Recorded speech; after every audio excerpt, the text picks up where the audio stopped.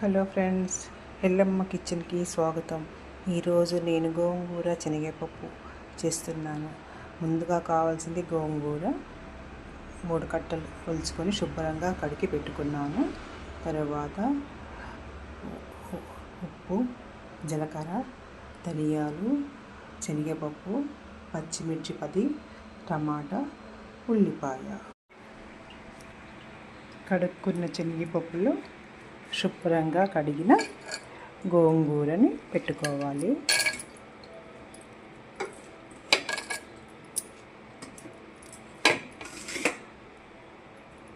తర్వాత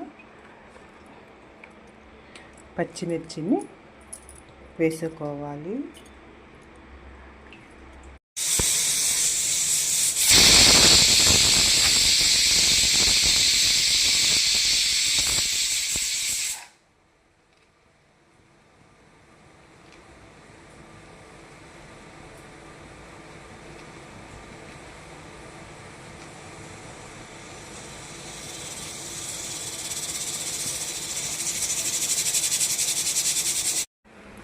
పప్పుని ఉడికిన శనగపప్పు గోంగూరని ఇట్లా చక్కగా మెదుపుకొని దానిలో సరిపడా ఉప్పు వేసుకోవాలి. ఉప్పు వేసుకొని చక్కగా ఇలా తిప్పుకొని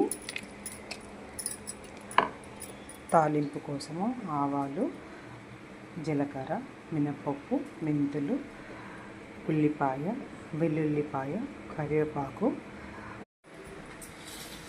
ముందుగా బాణాలిలో నూనె పోసుకొని ఆవాలు చిటపట్లాడుతుంటే జీలకర్ర, 2 మెంతిక్కలు, కొద్దిగా లైట్గా మినప్పప్పు వేసుకొని దానిలో వెల్లుల్లిపాయలు,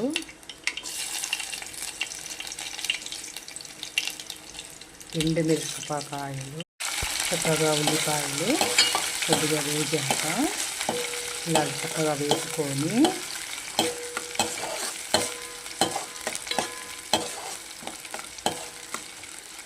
చిన్న మంట మీద ఇలా రెడ్గా వేపుకొని